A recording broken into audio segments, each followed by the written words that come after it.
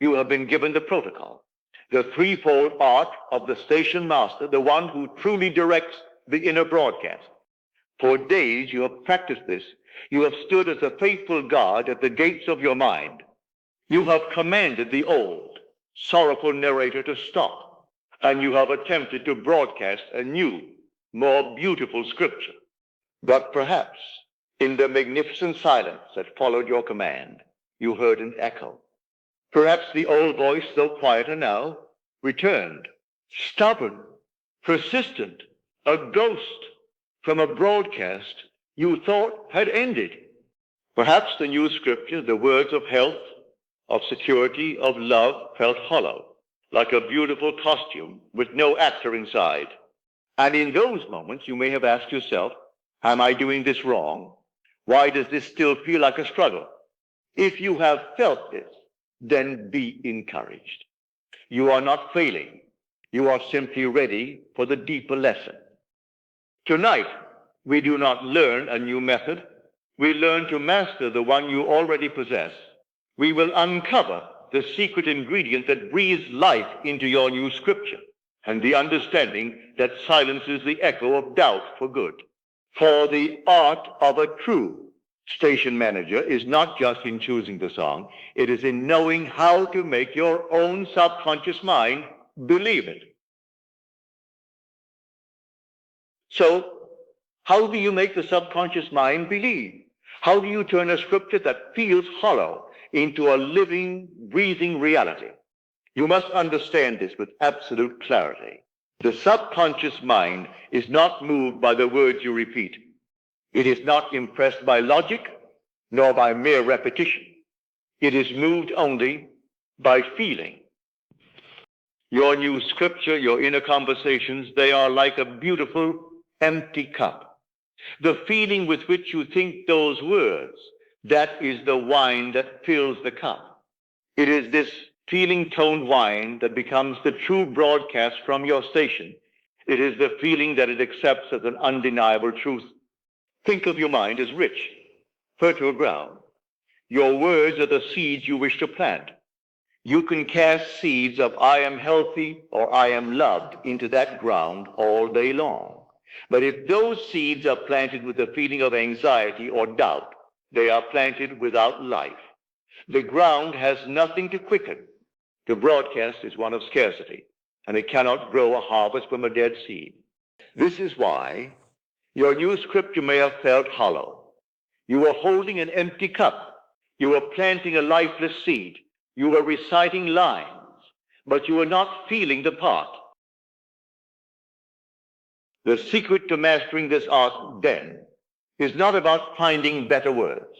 It is about learning to generate the life-giving feeling that makes those words true.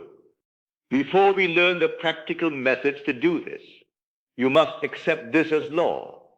Feeling is a secret. It is the fuel for your creative engine. To know that feeling is the secret is one thing. To command that feeling at will in the midst of life's chaos is another entirely. This is the advanced workshop for the station master. 3 master techniques to turn this principle into your lived experience. First, troubleshooting the mental diet, the acknowledged echo. So you have commanded the old narrator to stop, but its echo returns. Do not despair. Your goal is not a mind that is forever silent.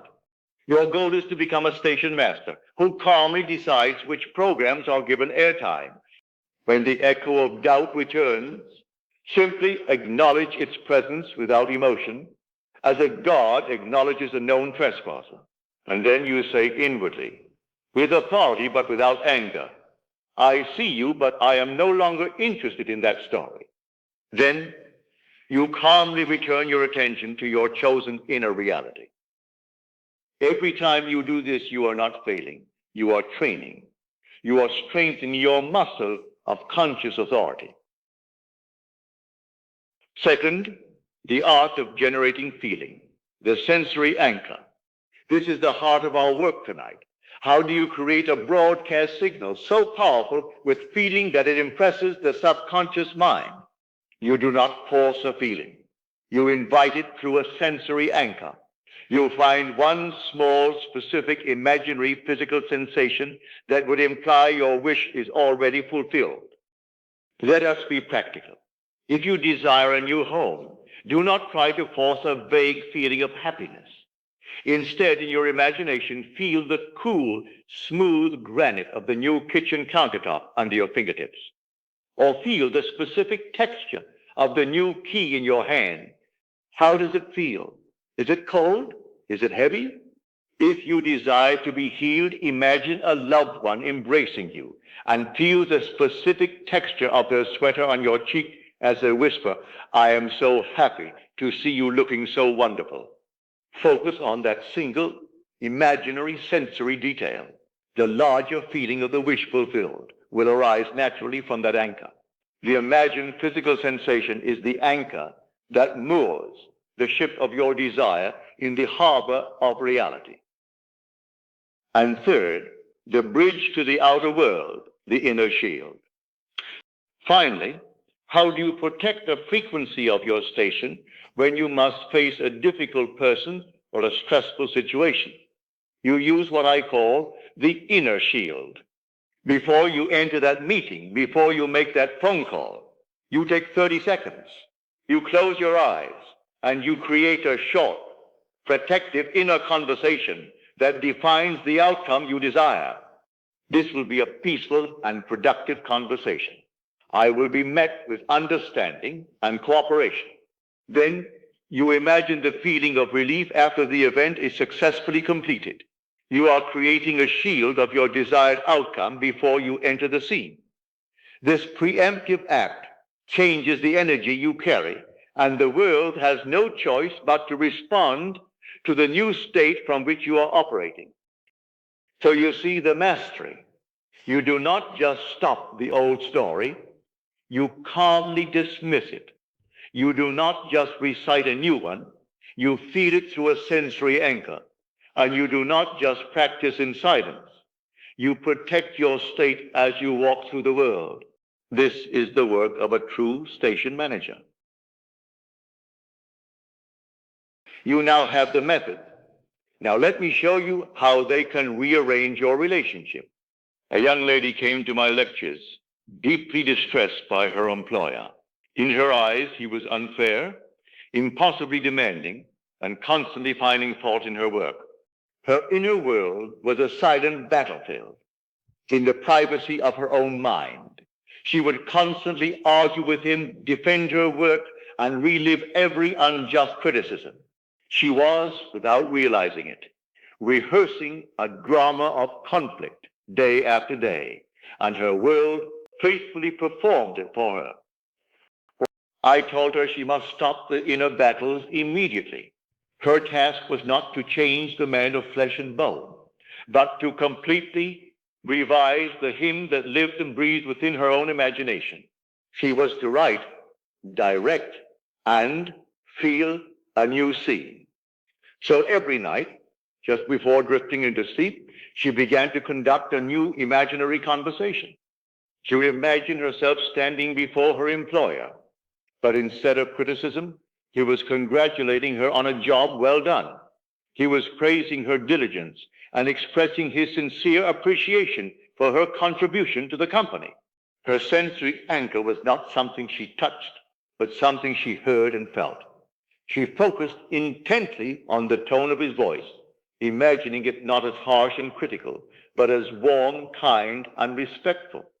And then she would allow herself to be flooded by the feeling of profound relief and quiet satisfaction that came after hearing his praise.